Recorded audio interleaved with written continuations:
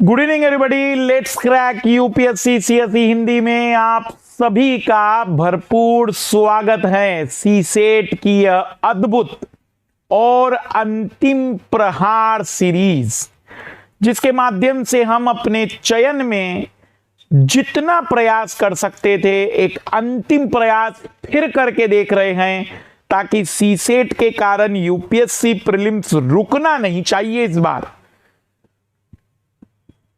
आप देख रहे होंगे कि हर तरीके से जहां जहां पर भी हम आपकी मदद कर सकते हैं वहां पर हम पूरी कोशिश कर रहे हैं। बस आप निरंतर पढ़ते चलिएगा। जिन लाल लालियों को भी तैयारी करने में कोई दिक्कत आ रही है, 7:30 बजे हमारा मोटिवेशनल क्लास रहेगा। आप सभी लोगों का भरपूर स्वागत है। आप लोग 7:30 बजे भी अभी अपनी ऊर्जाओं को बनाए रखिएगा, क्योंकि आज 9:30 बजे रात में भी हमने एक क्लास रखा है। तो आइए, आप सभी का भरपूर स्वागत है। शुरुआत करते हैं बिना किसी देरी के। एग्जाम रस एक्सक्लूसिव चैनल है, जिसे सब्सक्राइब कर लीजिएगा। हमारे द्वारा इस पर आरंभ है प्रचंड और कदम कदम बढ़ाए जा सीरीज चल रही है। अपनी तैयारी की शुरुआत करिए भारत की सबसे बड़ी एजुकेटर टीम के साथ। अभी अपने मिनिमम प्राइस सब्सक्रिप्शन के लिए आप मिनिमम प्राइस सब्सक्रिप्शन का आज आखिरी दिन है, जिसमें आपको अतिरिक्त 10% डिस्काउंट दिया जा रहा है। 20 बुकलेट्स, लोन की सुविधा और प्लस आइकॉनिक दोनों ही तरीके के सब्सक्रिप्शन में आप MK लाइव रिफर कोड जरूर उपयोग करिए। आपके परिचय में कोई भी व्यक्ति जब अनअकैडमी प्लेटफॉर्म पर जुड़ रहा हो तो आप MK लाइव रिफर कोड जरूर बताते चलिए।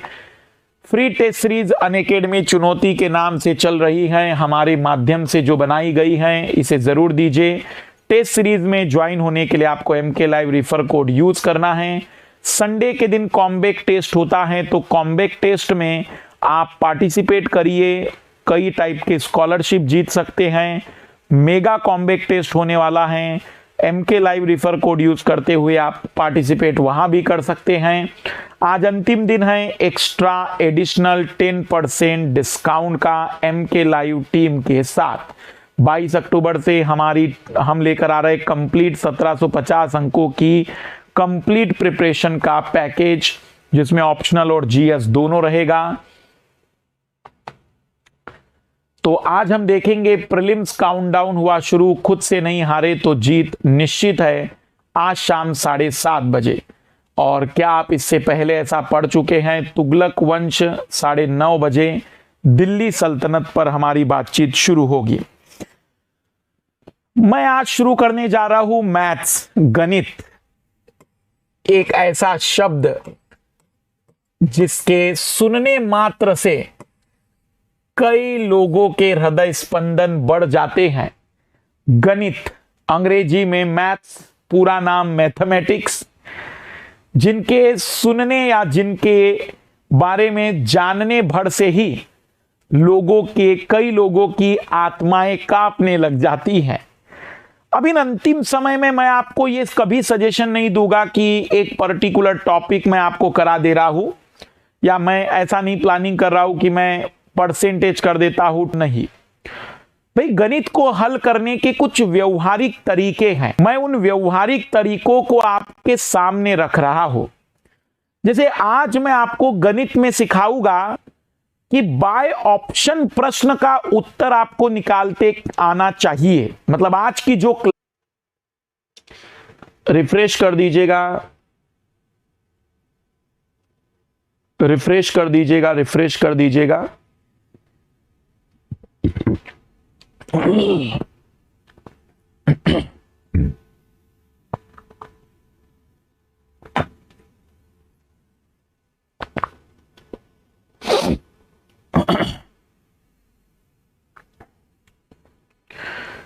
ठीक है, रिफ्रेश कर दीजिएगा। कई सारे लाल लाली जैसे ही स्ट्रीमिंग बफरिंग होने लग जाती है तो पलायन कर जाते। ये वही लोग हैं जो इकोनॉमिक्स में हॉट करेंसी के रूप में जाने जाते, जहां ज्यादा मुनाफा वहां भाग जाते हैं। तो कोई बात नहीं, हम गणित पर आते हैं। मैं आपको बताने जा रहा हूं आज, मतलब हम कोई चैप्टर स्टार्ट नहीं करे, बल्कि मैं आपको 3 दिनों में गणित को हल करने के 3 व्यवहारिक तरीके सिखाकर जाऊंगा। क्योंकि इन 3 दिनों में, 5 दिनों में मैं ये उम्मीद नहीं करता हूं कि पिछले 12-15 वर्षों से जो चीज हमने नहीं सीखी वो अचानक कोई मास्टर ऐसा नहीं जादूगर होगा कि हाथ घुमाएगा और एक जादुई प्रकाश निकलेगा, तुम्हारे तक पहुंचेगा और तुम्हें ज्ञान की प्राप्ति हो जाएगी। हम कुछ रियलिस्टिक चीजों में आगे बढ़ेंगे। हम कोशिश करेंगे कि किस तरीके से हम अपने गणित के प्रश्नों को हल कर सकते हैं। और इन 3 दिनों में यदि आपको मैं 5 प्रश्न हल करना सिखा दिया गणित के, तो हमारा लक्ष्य पूरा हो गया। क्योंकि 5 प्रश्न हमें गणित देकर जाएगा, 15 प्रश्नों की आवश्यकता हमें रीजनिंग से है, और बचे हुए 10 से 15 प्रश्न हम कॉम्प्रेंशन से प्राप्त करेंगे। और इस तरीके से 30 से 35 प्रश्न हमें सही करने हैं, ताकि हमें कोई डर ना रहे कि हमारा सीसेट रुकेगा या कोई प्रॉब्लम आएगी। तो आइए बातचीत करते हैं। अभी भी अगर थोड़ा सा बफरिंग हो रहा हो तो घबराना नहीं, मैं अगर हुआ तो इंटरनेट में फिर थोड़ा सा बदलाव कर दूंगा, और मुझे आप बताइएगा कि इंटरनेट मैं चेंज कर रहा हूं। सभी लोग बने रहिएगा, मैं इंटरनेट एक बार और चेंज कर रहा हूं ताकि कनेक्टिविटी बेटर हो सके।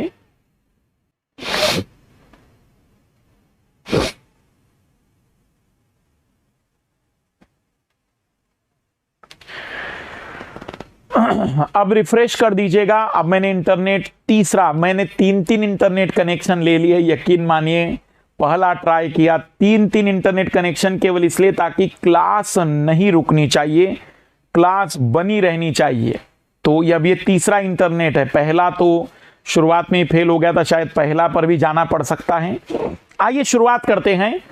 मैं आज आपको गणित में एक मेथड सिखा रहा हूं, बाय ऑप्शन मेथड।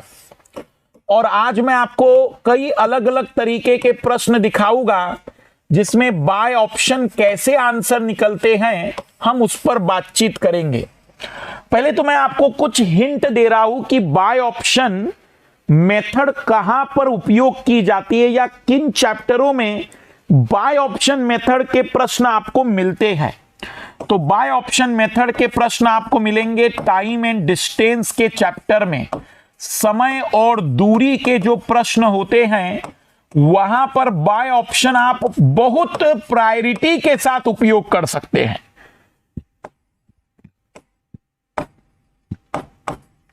आयु पर आधारित जो प्रश्न पूछे जाएं वहां पर आप बाय ऑप्शन उपयोग कर सकते हैं, क्योंकि बाय ऑप्शन इस प्रकार के प्रश्नों का उत्तर आता है। जो प्रश्न सिक्कों पर आधारित आते हैं, सिक्कों पर आधारित प्रश्नों के लिए बाय ऑप्शन बड़ा कॉमन तरीका है। सिर और पैर वाले जो प्रश्न बनते हैं गणित में, सिर और पैर वाले जो प्रश्न बनते हैं उसमें भी बाय ऑप्शन आप उत्तर निकाल सकते हैं। एलसीएम और एचसीएफ में भी कई प्रश्नों में हम बाय ऑप्शन मेथड का उपयोग कर सकते हैं। तो बाय ऑप्शन जो विधि है, जो हम कहेंगे कि ऑप्शन के आधार पर प्रश्न के उत्तर को ज्ञात करना, हम कह सकते हैं कि वो इन प्रश्नों में आपकी मदद करेगी। पूरे गणित में मदद नहीं करती। परसेंटेज के सवाल हुए, प्रॉफिट लॉस के सवाल हुए, वहां बाय ऑप्शन आपको मदद बहुत कम मिलेगी। लेकिन इन टॉपिकों में बाय ऑप्शन वाली जो मेथड है वो आपकी सबसे ज्यादा मदद करती है। आइए आज मैं आपको अलग अलग प्रकार के प्रश्न दिखा रहा हूं। शुरुआत कर रहे सबसे पहले एलसीएम और एचसीएफ के कुछ प्रश्नों से, और ये प्रश्न कुछ इस प्रकार का है और हम बाय ऑप्शन हल करेंगे हर प्रश्न को। एलसीएम एचसीएफ में एक प्रश्न बड़ा कॉमनली आता है, कई बार प्रश्न आता है कि दो संख्याओं का एलसीएम एवं एचसीएफ क्रमशः, एलसीएम और एचसीएफ क्रमशः 144 और 6 हैं, यदि 144 और 6 हैं,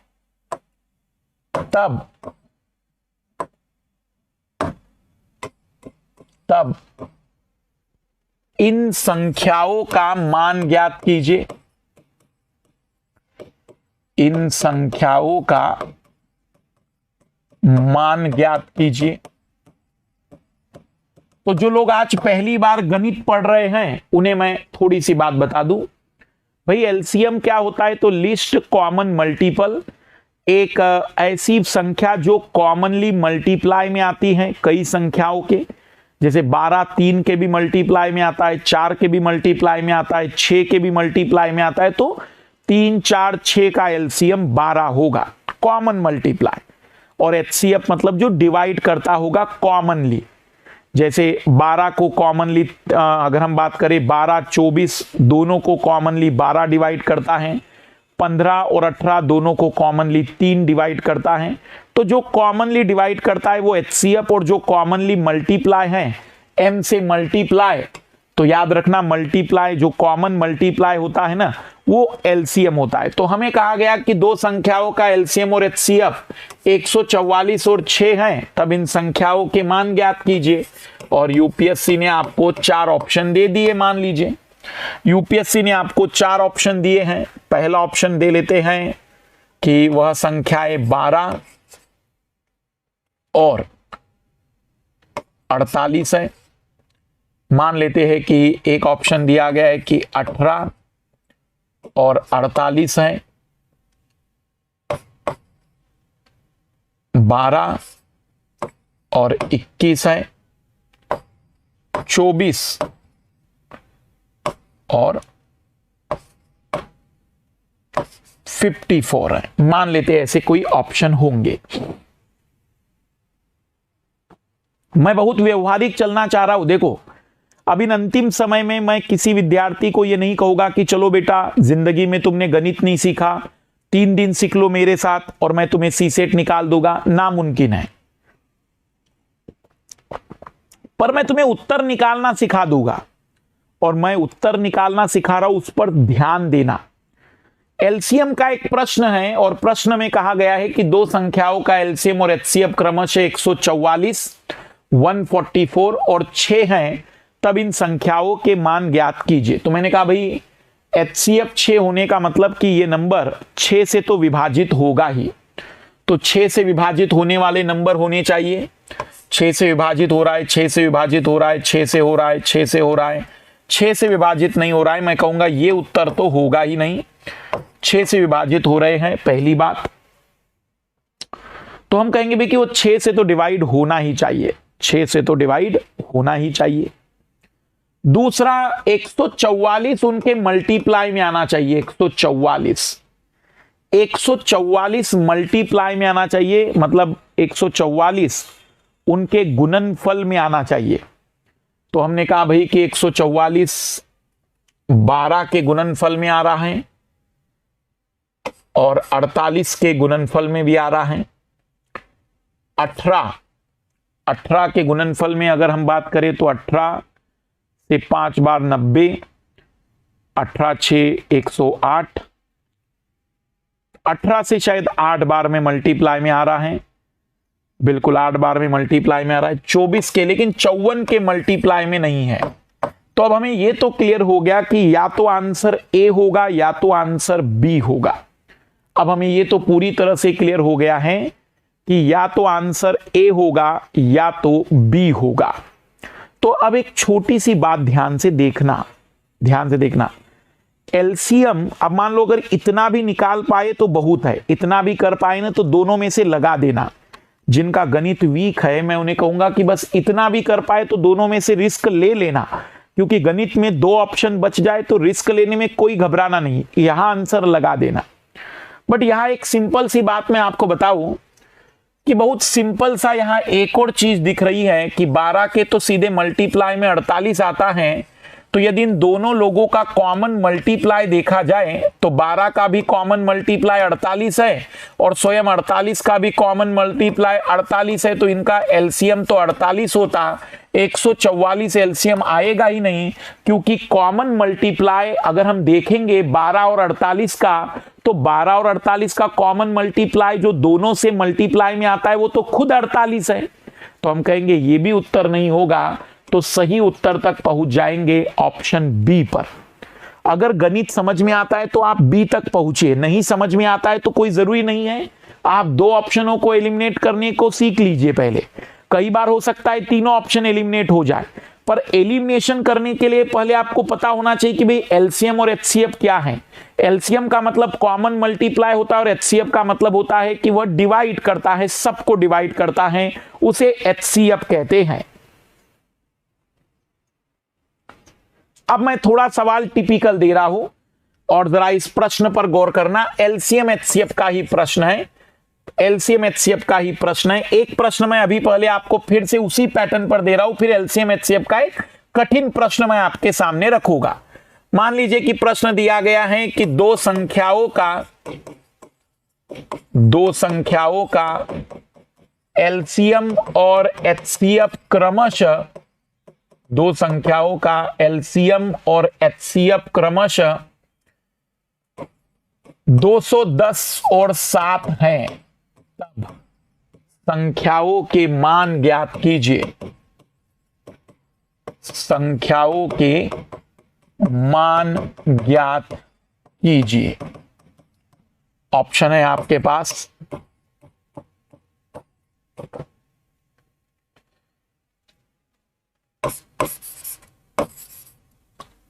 14 और 48,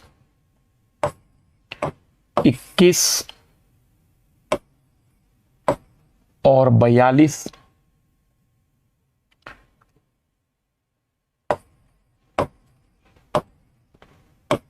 35 और 42,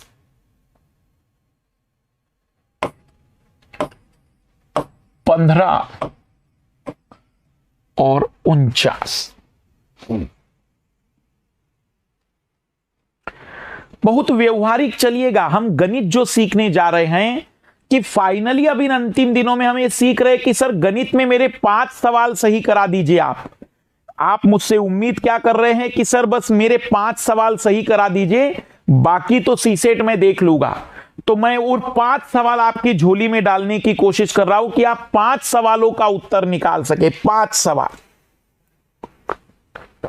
25, 20 जो भी सवाल यूपीएससी पूछेगी, हमें वो 5 सवाल चाहिए जो मुझे उत्तर निकालने में मदद कर सकते हैं। ऐसे कोई तरीके मेरे पास चाहिए। बस मेरा मकसद यही है कि वो 5 सवाल मैं आपको इन 3 से 4 दिनों की मेहनत में दे सकूं। तो सबसे पहले तो मैंने कहा भाई कि देखो एचसीएफ 7 है, मतलब 7 उन्हें डिवाइड करता होगा, तो 7 डिवाइड कर रहा है कि नहीं चेक कर लेते हैं। तो 7 इसको तो डिवाइड करेगा ही नहीं, यहां पर तो हो ही नहीं सकता है कि 7 उसे डिवाइड करे, तो 7 तो डिवाइड ही नहीं कर पाएगा। दूसरा, अब तो बात क्लियर हो गई कि या तो बी होगा या सी होगा। अब 210 उनसे डिवाइड होना चाहिए, तो 210 तो इससे भी डिवाइड होगा, इससे भी डिवाइड होगा,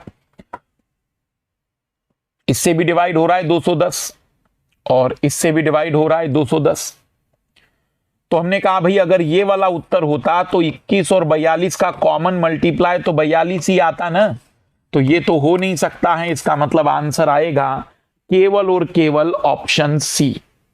कई सारे लाल लाली पहुंच गए। ठीक है, आपको मतलब गणित से कोई प्रेम नहीं है, लेकिन हमें उत्तर निकाल देना चाहिए। तो ये पहले लेवल का सवाल है। अब मैं थोड़ा इसमें एलसीएम एचसीएफ में कठिन लेवल का प्रश्न दिखा रहा हूं। देखना, प्रश्न ऐसा बनता है कि एक प्रश्न देखना, एक बढ़िया प्रश्न यहां पर मैं बनाने की कोशिश करा रहा हूं। 7 बच्चे बगीचे से सेब की सेब की एक टोकरी, सेब की एक टोकरी चोरी करते हैं, उसे छिपा देते हैं, उसे छिपा देते हैं और सोने चले जाते हैं, सोने चले जाते हैं।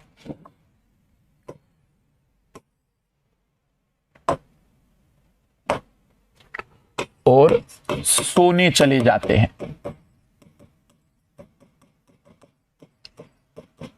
रात में दो बच्चे जागते हैं, आपस में सेब बांटते हैं, आपस में सेब बांटते हैं। तब एक सेब शेष बचता है, उसके लिए उनमें झगड़ा होता है, उसके लिए उनमें झगड़ा होता है।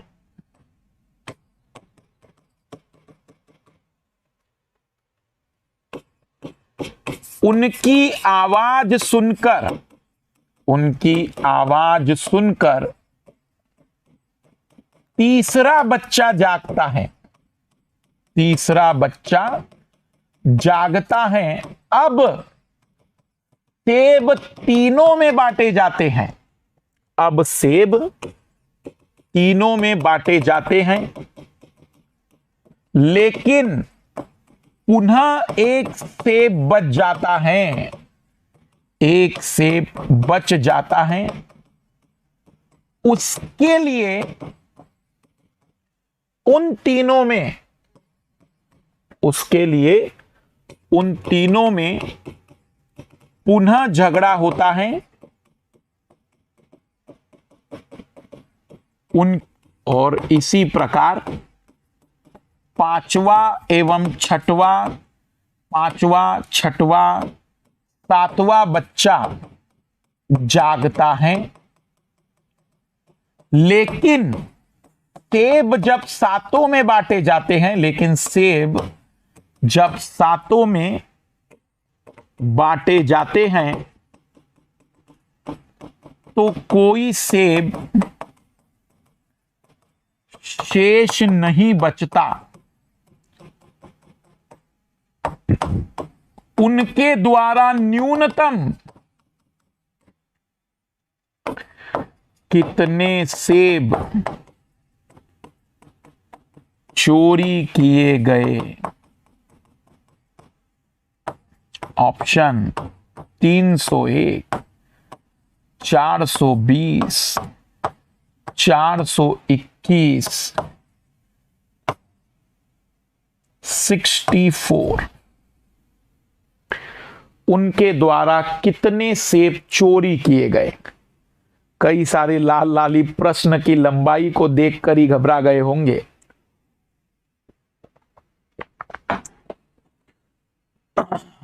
जो लोग डर जाएंगे उनके लिए यूपीएससी बना नहीं है, पर जो लोग लड़ जाएंगे उनकी जरूरत भारत को है। ऐसे प्रशासनिक अधिकारी आने चाहिए भारतीय प्रशासनिक तंत्र में। तो मेरे भावी आईएएस और आईपीएस जिनको लगता है कि हाँ उनकी 206 हड्डियां इतना कैल्शियम ले चुकी है कि वो अब डरती नहीं है, तो वो सामना करे। बाकी भगोड़ों की भीड़ पृथ्वी पर प्राचीन काल से विद्यमान रही है। आप उस भीड़ का हिस्सा कभी भी बन सकते हैं, कभी भी। आइए देखते हैं कि सवाल का कंसेप्ट मुझे समझ में नहीं आता। मुझे नहीं पता कि ये गणित वनित क्या होता है, लेकिन मुझे एक बात समझ में आ रही है कि जब 2 लोगों में सेब बांटा गया तो 1 सेब बच गया था, जब 3 लोगों में सेब बांटा गया तो 1 सेब बच गया था, जब 4 लोगों में सेब बांटा गया तो 1 सेब बच गया था। तो ऑब्वियसली 2 लोगों में बांटने का मतलब 2 से डिवाइड किया गया तो 1 शेषफल आएगा। 3 लोगों में बांटा गया, 3 से डिवाइड करेंगे तो शेषफल 1 आएगा, 4 से डिवाइड करेंगे तो शेषफल 1 आएगा। लेकिन जब 7 में बांटा गया तो शेषफल नहीं बचता है, मतलब जो भी उत्तर होगा वो 7 से पूरा डिवाइड होगा। तो सबसे पहले तो मैंने देखा कि 7 से डिवाइड हो रहा है क्या, तो हमने कहा कि हाँ 7 से डिवाइड हो रहा है। 7 से डिवाइड हो रहा है क्या, हमने कहा कि हाँ हो रहा है। 7 से डिवाइड नहीं हो रहा है तो ये उत्तर नहीं होगा, 7 से डिवाइड नहीं हो रहा है तो ये उत्तर नहीं होगा, क्योंकि उन्होंने जितने भी सेब चोरी किए हैं वो 7 लोगों में आपस में बांटे जा सकते हैं। मतलब जो भी सेब का नंबर होगा वो 7 से तो डिवाइड होता होगा, इस बात में कोई डाउट नहीं है। तो सबसे पहले तो मैंने 2 ऑप्शनों को हटाया, क्योंकि मुझे आईएएस बनना है। मैं डरने वाला नहीं हूं, मैं पीछे हटने वाला नहीं हूं। बड़ा सवाल क्यों ना हो, मुझे गणित आता ना क्यों ना हो, लेकिन मैं प्रयास तो करके देख सकता हूं कि हाँ ये इतना बड़ा प्रश्न हल किया जा सकता है कि 7 से तो वो डिवाइड होगा। तो आंसर सी और डी तो बिल्कुल भी नहीं होगा। अब बात यह है कि जब 5 लोगों में, 2 लोगों में, 3 लोगों में बांटा जा रहा था तब हर बार 1 बचता था। तो मैंने कहा भाई ये 2 से डिवाइड अगर मैं कर दूं तो 2 से डिवाइड तो ये पूरा पूरा हो रहा है। अगर उन्होंने 420 सेब चोरी किए होते ना, अगर उन्होंने 420 सेब चोरी किए होते तो 2 लोगों में आपस में बढ़ गए होते, झगड़ा होता ही नहीं। झगड़ा होता ही नहीं तो तीसरा जागता ही नहीं, सवाल इतना बड़ा बनता ही नहीं। इसका मतलब 420 तो आंसर नहीं होगा। तो मेरे लाल लालियों इसका आंसर क्या हो सकता है? इतना बड़ा सवाल, लेकिन आप बड़े आसानी से इस प्रश्न का आंसर निकाल पाए, वो भी बाय ऑप्शन। आपको नहीं पता कि कौन सी मेथड है, आपको नहीं पता कि कौन सा फार्मूला है, पर आपको पता है कि उत्तर कैसे निकाला जाता है। इन 3-4 दिनों में ये सीख लीजिए मुझसे। इन 3-4 दिनों में जिन लोगों का गणित कमजोर है वो ये सीख लीजिए कि उत्तर उसी में है। थोड़ा सोचना पड़ेगा, समझना पड़ेगा, तो आप देखेंगे कि उत्तर आपके आंखों के सामने ही तो रखा हुआ था।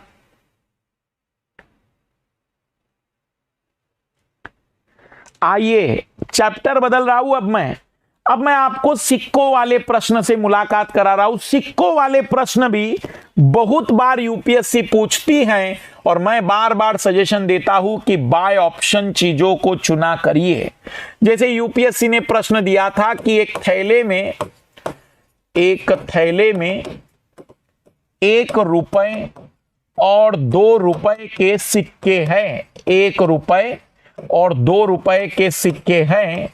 यदि थैले में कुल 50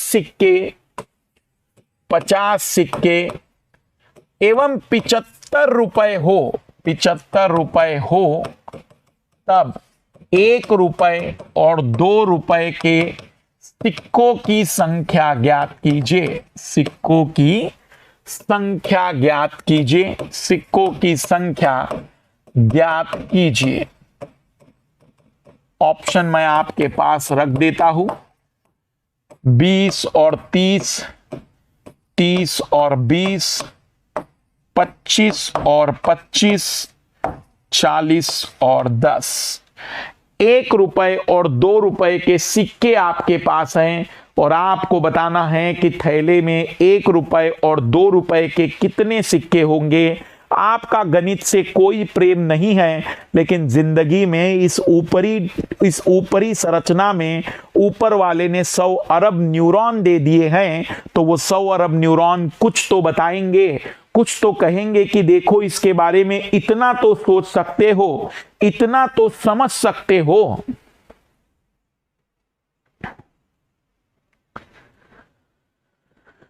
तो हमने ट्राई किया, भाई हम बहुत गरीब लोग हैं, हमने ट्राई किया कि 1-1 रुपए के अगर 20 सिक्के होंगे तो 20 रुपए बनेंगे, 2-2 रुपए के 30 सिक्के होंगे तो 60 रुपए बनेंगे, ये तो 80 रुपए होंगे, जबकि 75 रुपए होने चाहिए थे।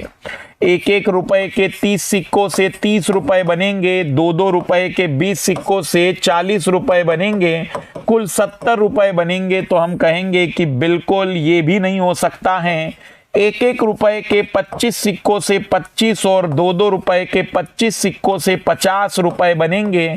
बिल्कुल 75 रुपए बन रहे हैं। आगे सोचने की जरूरत नहीं है, उत्तर लगा दीजिए कि ऑप्शन सी के अलावा कुछ और हो ही नहीं सकता है। ऑप्शन सी के अलावा कुछ और हो ही नहीं सकता है।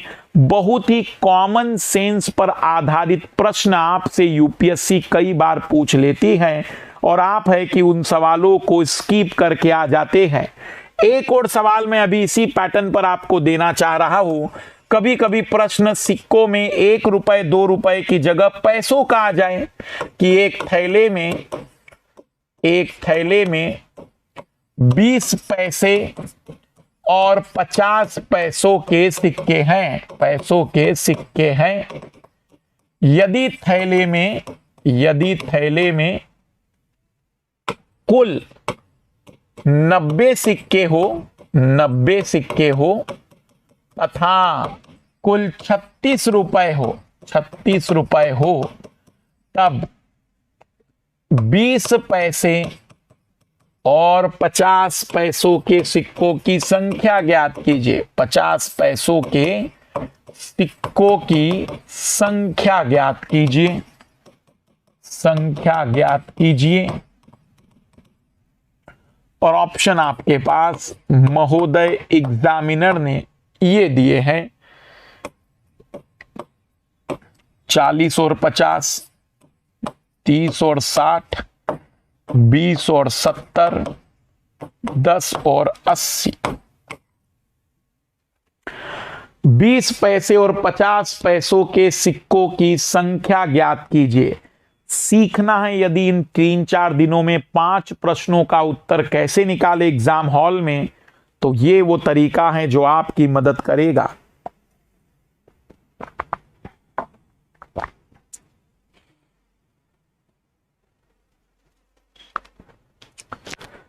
सोचिए 20 पैसों के सिक्के हैं, 50 पैसों के सिक्के हैं, उतने सिक्कों से कितने रुपए बनेंगे और आप उससे बता सकते हैं कि थैले में कितने सिक्के होंगे 20 पैसे के और 50 पैसे के। बहुत ही सिंपल सवाल है। केवल आवश्यकता इस बात की है कि मेरा लाल लाली अपने जीवन में मस्तिष्क को कितना बारीकी से समझ पाया है, कितना बेहतर तरीके से वो मस्तिष्क का विवरण जानता है।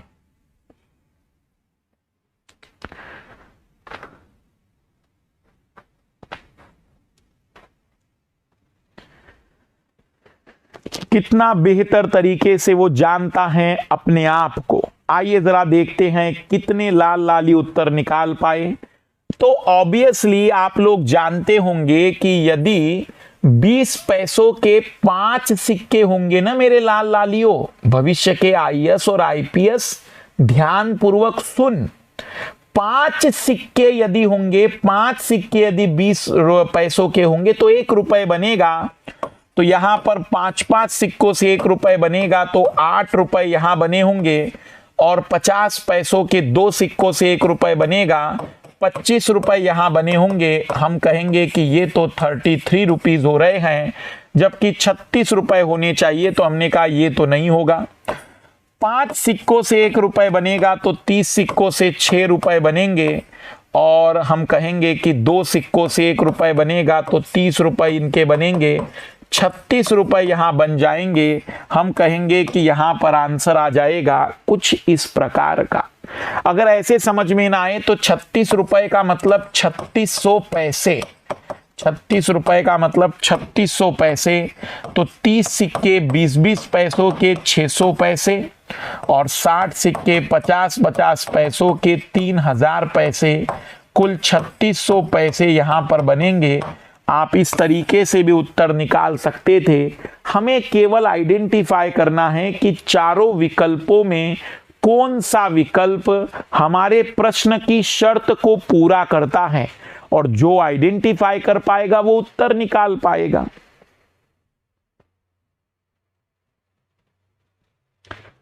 ट्राई करिए। अब मैं आपको दूसरा सवाल दे रहा हूं जिसमें परीक्षक सिर और पैरों की बात करता है, जिसमें परीक्षक सिर और पैरों की बात करता है। एक चिड़ियाघर में कुछ खरगोश और मोर है। यदि इनके पैरों को गिना जाए तो वे 200 हैं, एवं इनके सिर को गिना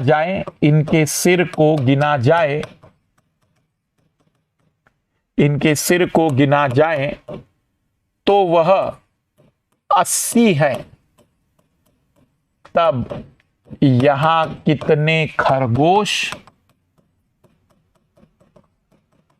और मोर होंगे क्रमशः? तब कितने खरगोश और कितने मोर होंगे? और आपके पास ऑप्शन कुछ ऐसे हैं, 20 और 60, 60 और 20, 30 और 50, 40। आपसे पूछा गया है कि एक चिड़ियाघर में खरगोश और मोर हैं। यदि इनके पैरों को गिना जाए तो इनके पैरों की संख्या टोटल 200 है। यदि इनके सिरों को गिना जाए तो वो 80 हैं।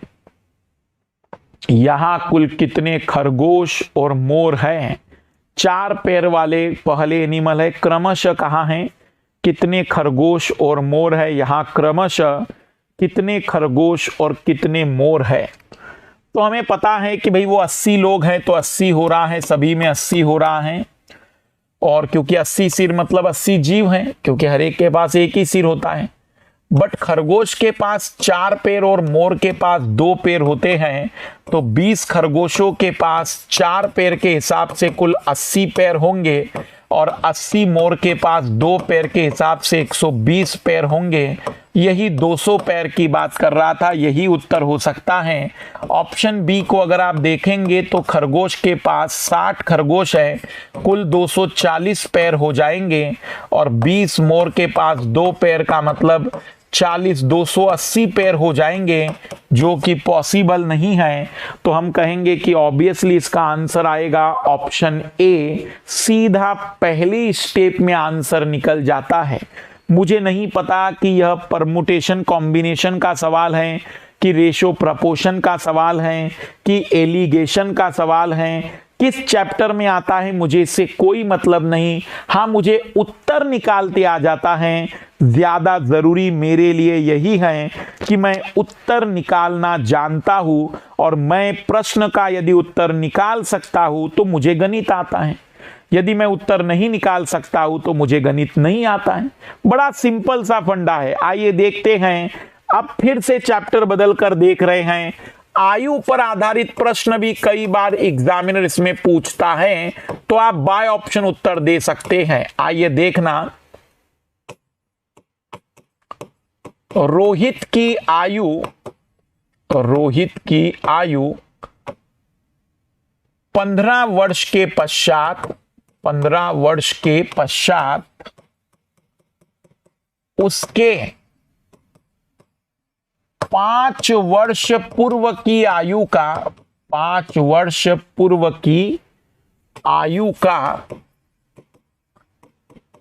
5 गुना हो जाएगी। रोहित की आयु 15 वर्ष के बाद उसके 5 वर्ष पूर्व की आयु का 5 गुना हो जाएगी। तब रोहित की वर्तमान आयु ज्ञात कीजिए। रोहित की वर्तमान आयु ज्ञात कीजिए। और ऑप्शन भी आपके पास हैं। आपके पास ऑप्शन है 5 वर्ष, 10 वर्ष, 12 वर्ष, 15 वर्ष। 5 वर्ष के पूर्व की आयु का 5 गुना हो जाएगी।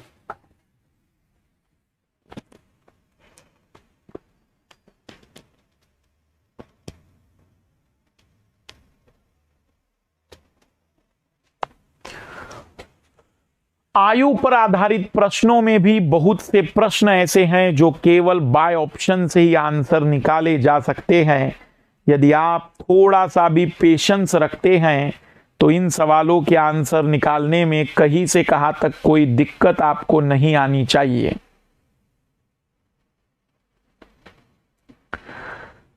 अब मान लेते हैं कि ऑप्शन ए सही है, तो रोहित की आयु 15 साल के बाद, यदि आज 5 की है, क्योंकि वर्तमान की बात पूछ रहा है वो, आज 5 की है तो 15 साल के बाद वो 20 का हो जाएगा।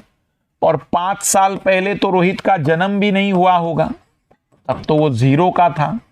तो यहां तो कोई संबंध ही नहीं बन पा रहा है। ऑप्शन बी पर आ जाते हैं। आज अगर 10 का है तो 15 साल के बाद वो 25 का हो जाएगा, और 5 साल पहले वो 5 वर्ष का रहा होगा। क्या वह उसका 5 गुना है? हमने कहा हाँ जी, 5 गुना ही आ रहा है। तो हम कहेंगे कि इस प्रश्न का आंसर होगा केवल और केवल ऑप्शन बी। हम क्यों उम्मीदों को छोड़े, हम क्यों अपने सपनों को तोड़े? हम जब प्रयास थोड़ा सा भी करने पर सफलता प्राप्त कर सकते हैं तो फिर अपने पैरों को क्यों मोड़े? हम प्रयास करेंगे, हम मेहनत करेंगे, हम अपने आप को और ज्यादा कठोर करेंगे कि मैं अब पीछे नहीं हट सकता हूं। इसलिए मेहनत पर गौर करिए। कब तक भागते रहेंगे गणित से? मैं आपको यह नहीं कह रहा हूं कि आप गणित सीख लीजिए, मैं आपको यह कह रहा हूं कि आप उत्तर निकालना सीख तो लीजिए। ठीक है, सब जगह नहीं मदद करेगा, जहां भी मदद कर दे, एक प्रश्न भी इससे हल हो जाए, 2 प्रश्न भी हल हो जाए तो हमारा काम हो गया। भाई सीसेट जैसे प्रश्न पत्र में 3 दिन में कोई व्यक्ति 5 सवाल हल करा दे, यही हमारे लिए बहुत जरूरी है। एक और प्रश्न आयु में बहुत बार पूछा जाता है। 8 वर्ष पूर्व पिता की आयु पुत्र के आयु का 4 गुना थी। 4 गुना थी। 8 वर्ष के पश्चात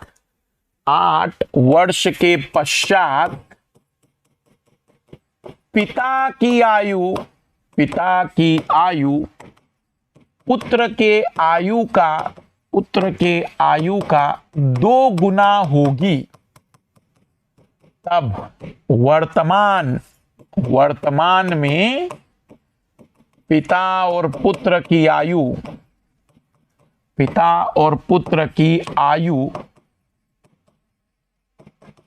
क्या होगी?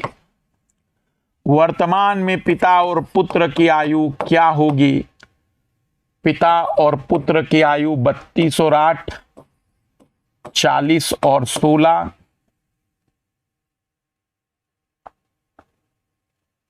48 और 16, 48 और 24। वर्तमान में पिता और पुत्र की आयु आपको ज्ञात करनी है। केवल प्रश्न के आधार पर लॉजिक लगाइए, उत्तर आपके सामने आपको दिखाई देगा। थोड़ा कॉमन सेंस लगाइए, आपको उत्तर दिखाई देगा, आसानी से उत्तर दिखाई देगा।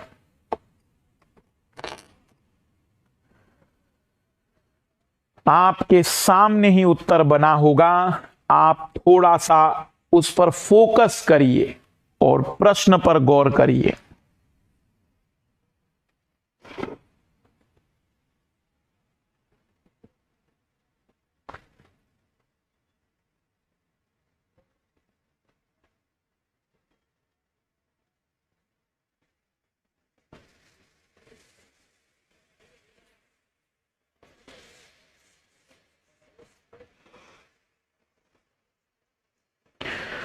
तो आइए देखते हैं। आज वर्तमान में मान लेते हैं कि 32 और 8 हैं, तो 8 वर्ष पूर्व पिता रहे होंगे 24 के और पुत्र रहा होगा 0 का। तो ये तो पॉसिबल ही नहीं है रिलेशन, ये तो हो ही नहीं सकता है। सॉरी। आज यदि पिता 40 के और पुत्र 16 का होगा तो 8 साल पहले पिता की आयु 32 की रही होगी, पुत्र की आयु 8 साल की रही होगी, 4 गुना का संबंध है। 8 वर्ष के बाद मतलब 40 और 16 में 8 वर्ष यदि जोड़ दे तो पिता हो जाएंगे 48 के और पुत्र हो जाएगा 24 का। जी हाँ, 2 गुना का संबंध अभी भी है। तो हम कहेंगे कि पिता और पुत्र की आयु कोई और नहीं 40 और 16 ही होगी। पिता और पुत्र की आयु वर्तमान में 40 और 16 की ही रही होगी।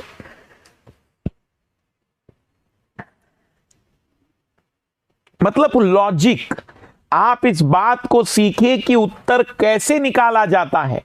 आप इस बात को पहचानिए कि प्रश्न हमारे आंखों के सामने है, उत्तर हमारे आंखों के सामने है, तो क्या हम उस प्रश्न के उत्तर को पहचान पा रहे हैं? क्या हम आइडेंटिफाई कर पा रहे हैं या नहीं कि उस प्रश्न का आंसर क्या आएगा? क्योंकि रियलिटी में प्रश्न बहुत ही सरल पूछे जा रहे हैं।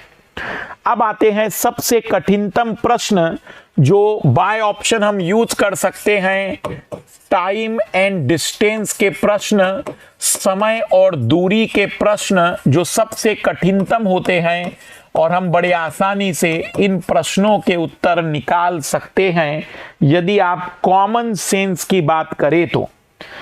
प्रश्न पूछा जा सकता है कि एक व्यक्ति ने 80 किलोमीटर की दूरी, एक व्यक्ति ने 80 किलोमीटर की दूरी 8 घंटे में तय करने का निर्णय लिया है। 8 घंटे में तय करने का निर्णय लिया है। इसका मतलब यह है कि भाई मान लीजिए कोई नेता की रैली है और उन्होंने प्लानिंग की है कि वो 80 किलोमीटर की दूरी 8 घंटे में तय करेंगे। कुछ भाग पैदल और कुछ साइकिल पर। यदि पैदल उसकी चाल यदि पैदल उसकी चाल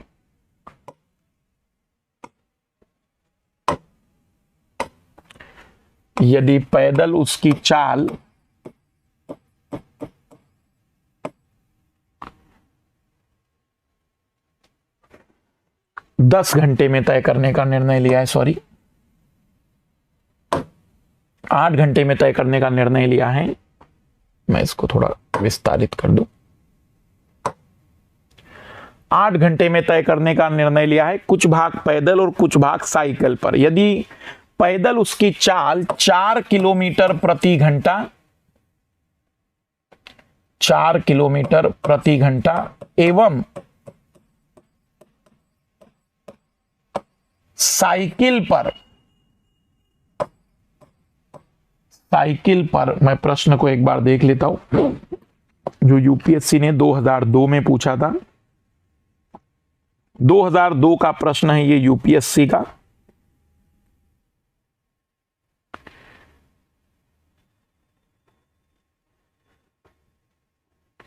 अस्सी किलोमीटर की दूरी 8 घंटे में तय करता है, कुछ भाग पैदल कुछ भाग साइकिल से।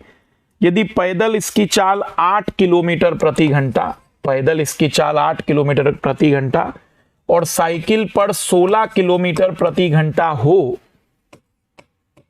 तब उसने कितनी दूरी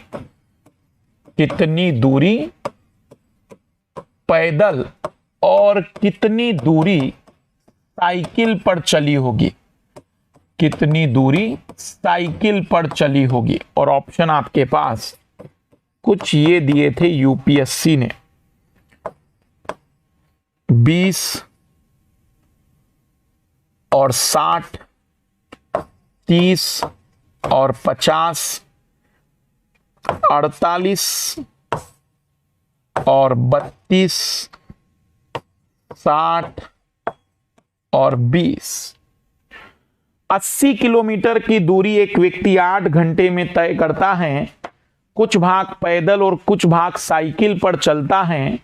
पैदल यदि वो चले तो 1 घंटे में 8 किलोमीटर चल पाता है, और यदि साइकिल पर चले तो 16 किलोमीटर वह प्रति घंटे दूरी तय कर पाता है।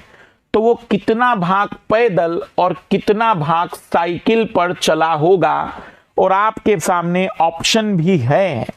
बस आपको लॉजिक लगाना है और उत्तर निकालना है बाय ऑप्शन। कैसे आंसर निकाला जाता है? बाय ऑप्शन वो तरीका है जो आपकी मदद करता है जब आपको कोई मेथड नहीं पता, आपको कुछ भी नहीं पता, लेकिन आप उत्तर तक जाना चाहते हैं। देखो लाल लालियों, यहां पर एक सबसे महत्वपूर्ण बात क्या है?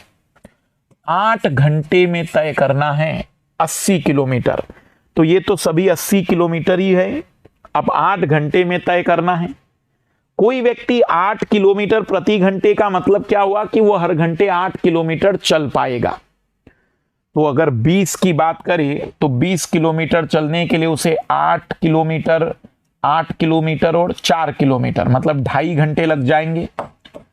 2.5 घंटे उसको 20 किलोमीटर चलने में लग जाएंगे पैदल, और साइकिल पर लगभग वो 16 3 घंटे में 48 किलोमीटर चल पाएगा, और पौने 4 घंटे लग जाएंगे। मतलब लगभग अगर 3 घंटे भी 3.5 घंटे, पौने 4 घंटे की अगर हम बात करें तो ये लगभग 6.25 घंटे हो रहा है, जबकि 8 घंटे बहुत दूर की बात है, ये तो हो ही नहीं सकता है। फिर यदि वह 8 किलोमीटर के हिसाब से चलेगा 30 किलोमीटर की दूरी, तो 8 किलोमीटर के हिसाब से 30 किलोमीटर कवर करने में उसे लगेंगे लगभग 8 3 24 3.5 घंटे के आसपास, और 16 के हिसाब से 3.5 घंटे लगभग यहां भी पकड़ लो तो भी 7 घंटे हो रहे हैं। 48 किलोमीटर की दूरी यदि वो गरीब 8 के हिसाब से चल ले तो 6 घंटे यहां लग जाएंगे, और 32 किलोमीटर की दूरी वो 16 के हिसाब से तय करेगा तो 2 घंटे यहां लग जाएंगे। टोटल 8 घंटे का समय लगेगा। मतलब उस व्यक्ति ने 48 किलोमीटर की दूरी पैदल तय की होगी और 32 किलोमीटर की दूरी साइकिल पर। वैसे मैं आपको बताऊं कि सबसे पहले मैं ऑप्शन सी को ट्राई करूंगा। आप कहेंगे सर ऐसा क्यों? क्योंकि 48 और 32 आसानी से डिवाइड हो रहे हैं 8 और 16 से, तो पहला ट्राई सी पर ही लगाओ। और सी में दिख रहा है कि 48 किलोमीटर यदि वो व्यक्ति पैदल चलेगा तो उसकी चाल 8 किलोमीटर प्रति घंटे की है। हर घंटे वो 8 किलोमीटर चलता है, तो 48 किलोमीटर चलने के लिए इमेजिन करिए कि आपका रिलेटिव 48 किलोमीटर दूर रहता है, 48 किलोमीटर, और आप हर घंटे पैदल 8 किलोमीटर चल पाते हैं। तो 1 घंटे में 8 किलोमीटर, 2 घंटे में 16 किलोमीटर, 3 घंटे में 24 किलोमीटर, 4 घंटे में 32 किलोमीटर, 5 घंटे में 40 किलोमीटर और 6 घंटे में 48 किलोमीटर। 6 घंटे में आप अपने रिलेटिव के यहाँ पहुंच जाएंगे पैदल। और 32 किलोमीटर आप जाना चाहते हो और हर घंटे साइकिल से 16 चलेंगे, तो 16 और 16 32, 2 घंटे में चले जाएंगे। हम कहेंगे कि भाई 6 घंटे और 2 घंटे 8 घंटे में व्यक्ति पहुंच रहा है और 80 किलोमीटर की दूरी तय कर पा रहा है। ऑप्शन सी में ही कंडीशन सेटिस्फाइड हो रही है। आप केवल लॉजिक पर गौर करिए कि किस लॉजिक के बेसिस पर आपको इसे समझना है, किस लॉजिक के बेसिस पर आपको इसे हल करना है। एक और सेम प्रश्न मैं आपको दे रहा हूं, ट्राई करिएगा। एक गरीब व्यक्ति या एक व्यक्ति 50 किलोमीटर की दूरी 8 घंटे में तय करता है। 8 घंटे में तय करता है। कुछ भाग पैदल और कुछ भाग साइकिल पर या साइकिल पर। कुछ भाग पैदल, कुछ भाग साइकिल पर। पैदल इसकी चाल 4 किलोमीटर प्रति घंटा और साइकिल पर 10 किलोमीटर प्रति घंटा है। तब वह कितनी दूरी पैदल और कितनी दूरी साइकिल पर चला होगा। कितनी दूरी साइकिल पर चला होगा। और ऑप्शन आपके पास ये हैं 10 और 40, 20 और 30, 30 और 20, 40 और 10। कितनी दूरी पैदल और कितनी दूरी साइकिल पर वह चला होगा। लगाइए लॉजिक और सॉल्व करके बताइए। बहुत ही सिंपल प्रश्न है। यदि आप सीखने की उम्मीदों में हैं तो आपको इस प्रश्न का आंसर मिलना चाहिए।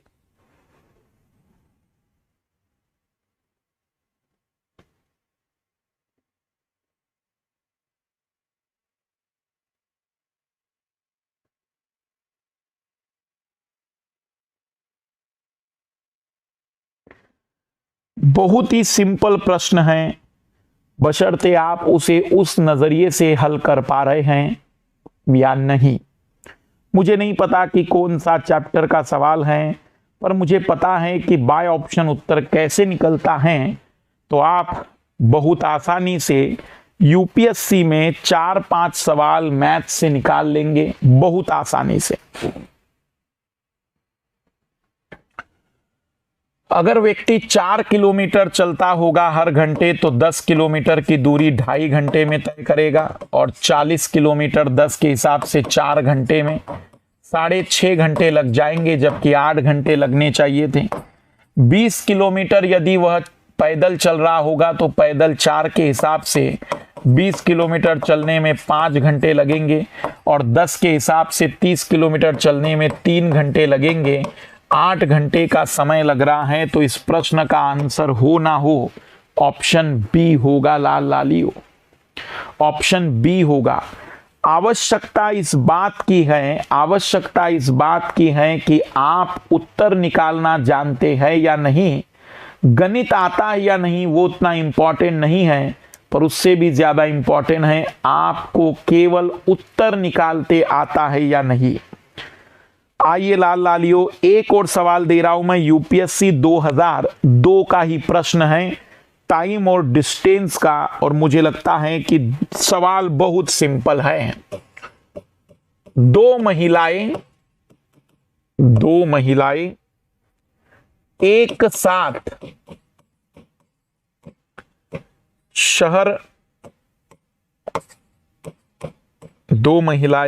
साथ शहर ए और बी को छोड़ती हैं। जो एक सीधी सड़क से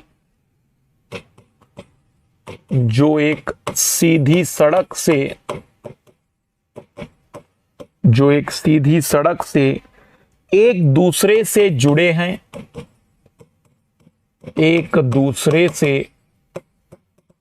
जुड़े हैं। पहली महिला दूसरी महिला की तुलना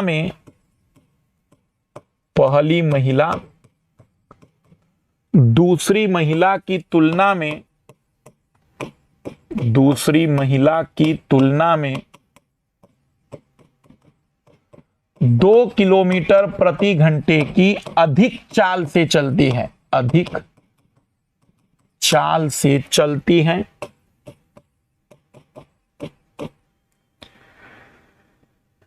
यदि पहली महिला 1 घंटे पूर्व दूसरे शहर पहुंचती हैं,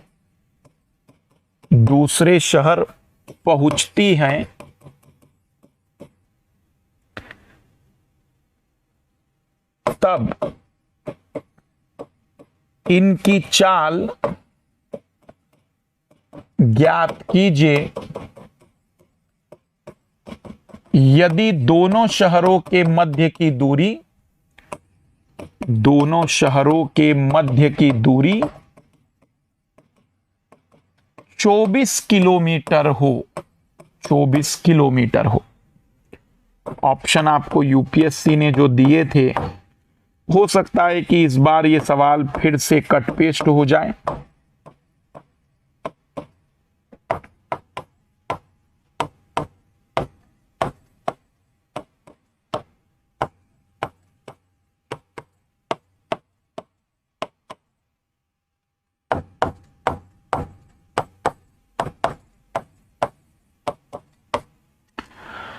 दो शहर ए बी एक दूसरे से जुड़े हुए हैं, दो शहर ए और बी एक दूसरे से जुड़े हुए हैं। दो महिलाएं यहां से एक साथ चलना प्रारंभ करती हैं, लेकिन ये वाली महिला 1 घंटे पहले पहुंच जाती है और ये 1 घंटे मतलब बाद में पहुंच रही है। तो इनके और इनके बीच की दूरी आपको पता है कि 24 किलोमीटर की है। तो आपको बताना है कि इन महिलाओं की चाल क्या होगी, जबकि आपको पता है कि उन दोनों महिलाओं के चाल का अंतर 2 किलोमीटर का है। डिफरेंस जो है दोनों महिलाओं की स्पीड में वो 2 किलोमीटर का है। यहां पर भी पहले शुरुआत वहां से करिए जो 24 को डिवाइड कर सके। सोचिए कि कोई व्यक्ति अगर 8 किलोमीटर से चल रहा होगा, कोई व्यक्ति अगर 8 किलोमीटर की रफ्तार से चल रहा होगा, 8 किलोमीटर की स्पीड से चल रहा होगा, तो 24 किलोमीटर की दूरी वो 3 घंटे में तय कर लेगा। और कोई व्यक्ति अगर 6 किलोमीटर की रफ्तार से चल रहा होगा तो 24 किलोमीटर की दूरी वो 4 घंटे में तय कर लेगा। जी हां, 1 घंटे का ही अंतर आएगा और दोनों की चालों में 2 का डिफरेंस है।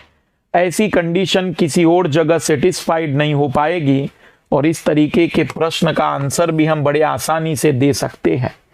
तो मैं आपको फिर याद दिला दूं कि गणित में आप चैप्टर मत पढ़िए। गणित में आप इस समय आखिरी के टाइम में जिन लोगों का वीक है गणित, जिनका स्ट्रांग है वो तो अपने नॉर्मल तरीके से तैयारी चलने दीजिए, पर जिन लोगों का मैथ्स वीक है, जिन लोगों को लगता है कि उनके गणित में बहुत ही कमियां हैं, तो वो तरीके पर गौर करिए कि आंसर कैसे निकाले जाते हैं। वो इस बात को सीखिए कि सीसेट में उत्तर कैसे निकाले जाएंगे। जैसे आज मैंने आपको केवल और केवल एक ही बात सिखाई है कि बाय ऑप्शन प्रश्न का आंसर कैसे निकाला जाता है, किस तरीके से केवल ऑप्शन के आधार पर हम प्रश्न के सही उत्तर को पहचान पाते हैं। तो आज पूरी तरह से बाय ऑप्शन की मेथड थी। कल मैं आपको बताऊंगा पूरी तरह से छोटे छोटे प्रैक्टिकल के आधार पर और बहुत ही व्यवहारिक तरीके से प्रश्न के आंसर कैसे निकाले जाते हैं। तो कल हम देखेंगे इसके आगे की बातचीत। रिवीजन करते चलिएगा, पढ़ते चलिएगा, क्योंकि हमें सीसेट में किसी भी हालत में क्वालिफाइंग मार्क्स चाहिए।